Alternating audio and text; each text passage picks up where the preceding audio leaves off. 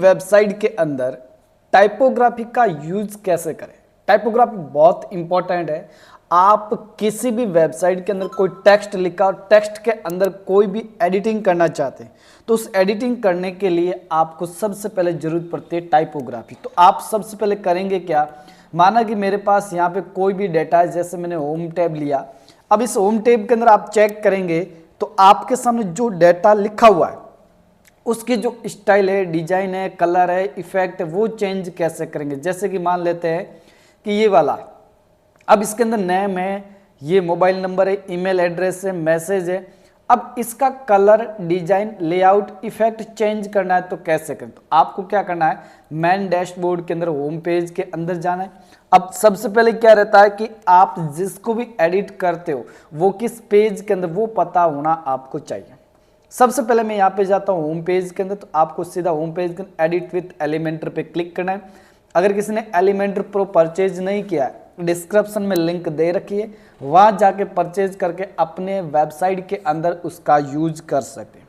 जैसे मैंने edit with Elementor पे क्लिक किया तो आपके सामने इस प्रकार का डैशबोर्ड खुलेगा और इस डैशबोर्ड के अंदर जितना जो एडिट करना चाहो वो आप टाइपोग्राफी के द्वारा कर सकते हैं। मेन चीज यहाँ पे रहती है कि टेक्स्ट को एडिट करना। अब सबसे पहले माना कि मैं यहाँ पे कोई भी दूसरा टेक्स्ट लेते, या फिर आप इसी को एडिट कर लो, या फिर कोई दूसरा टेक्स्ट लेते, तो अपन क्या करेंगे, सीधा न्यू कंटेनर को उठाएंगे यहाँ से, जैसे स्ट्रक्चर में जाके अब प्लस पे क्लिक करके मैं कोई भी टेक्स्ट ले लेता हूँ यहाँ से। जैसे मैंने हेडिंग को यहाँ पे चूज किया। अब आपके सामने जिस हेडिंग को लिया है आप उसका कलर देखेंगे तो यहाँ पे ब्लू कलर है और इस प्रकार की डिजाइन है। अब आपको बोला गया कि टाइपोग्राफी का यूज करके इसकी पूरी एडिटिंग करना है।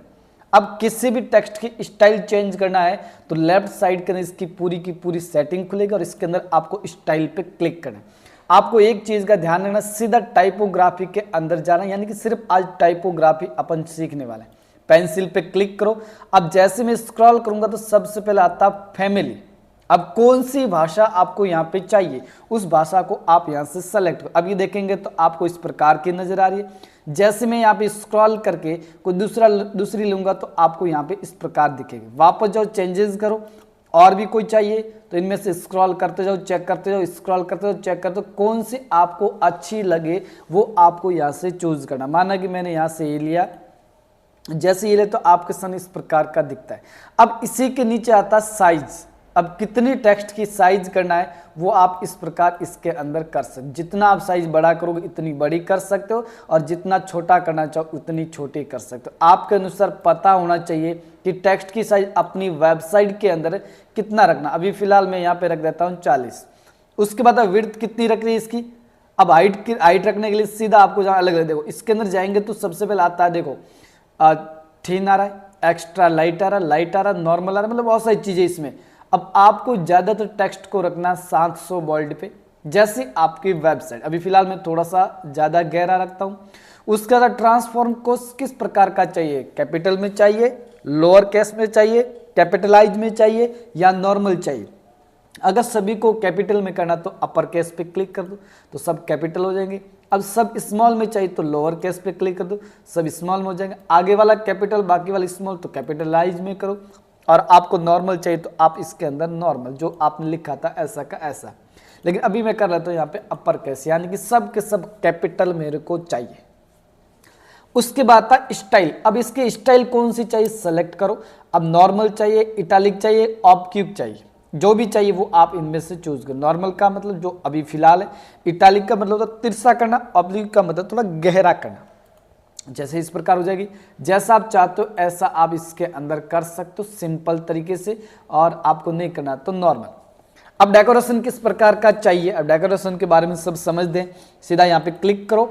अब अंडरलाइन चाहिए, ओवरलाइन चाहिए, लाइन थ्रो चाहिए और लाइन चाहिए। देखो अंडरलाइन का मतलब होता है टेक्स्ट के नीचे लाइन खींचना, ओवरलाइन का मतलब टेक्स्ट के ऊपर लाइन खींचना, और लाइन थ्रो का मतलब टेक्स्ट के जस्ट ऊपर, यानी कि यहाँ पे चेक करते सबसे पहले अपर, तो आप देखेंगे यहाँ पे इस प्रकार, यानी कि अंडरलाइन। उसके बाद आता है ओवरलाइन, तो ऊपर, और ओवरलाइन के बाद आता है यहाँ पे स्ट्राइक लाइन थ्रो, यानी कि स्ट्राइक थ्रो के जैसा काटना टेक्स्ट को। तो इस प्रकार भी इसके अंदर कर सकते हो, जैसा आप चाहते हो ऐसा। वैसे आपको इनमें से डिफॉल्ट ही रखना है सबसे बेस्ट। अगर फिर भी अंडरलाइन करना तो कर सकते। उसके बाद आता है लाइन की हाइट कितनी चाहिए, आपको लाइन की हाइट कितनी चाहिए इस देख लो, इस प्रकार चाहिए या कम चाहिए, जितनी भी आपको चाहिए उतनी आप इसके अंदर कर सकते। उसके बाद लेटर स्पेस, अब शब्दों के बीच में स्पेस कितना चाहिए, ज़्यादा चाहिए तो इसको यहाँ से बढ़ा दो, तो इस प्रकार टेक्स्ट के बीच में स्पेस भी हो जाएगा, कम करना है तो कम कर दो, जितना भी करना इतने आपके टेक्स्ट के बीच में कर सके। उसके बाद वर्ड स्पेस, अब शब्दों के बीच में स्पेस कितना है, तो हो गया आपके टेक्स्ट यानी कि बीच पूरे का, लेकिन आपको बोला इन 3 शब्दों के बीच में यहाँ पे स्पेस चाहिए, यहाँ पे स्पेस चाहिए और यहाँ पे और यहाँ पे, तो कैसे करेंगे, तो आपका आएगा वर्ड स्पेस। यहाँ पे जाओ, देखो आपके सामने इस प्रकार वर्ड के बीच में भी स्पेस आपका होता जाएगा, इस प्रकार कर सकते, यानी कि आप टाइपोग्राफी का सिंपल तरीके से यूज कर सके। सिंपल सबसे सरल तरीका था ये टाइपोग्राफी का यूज करना।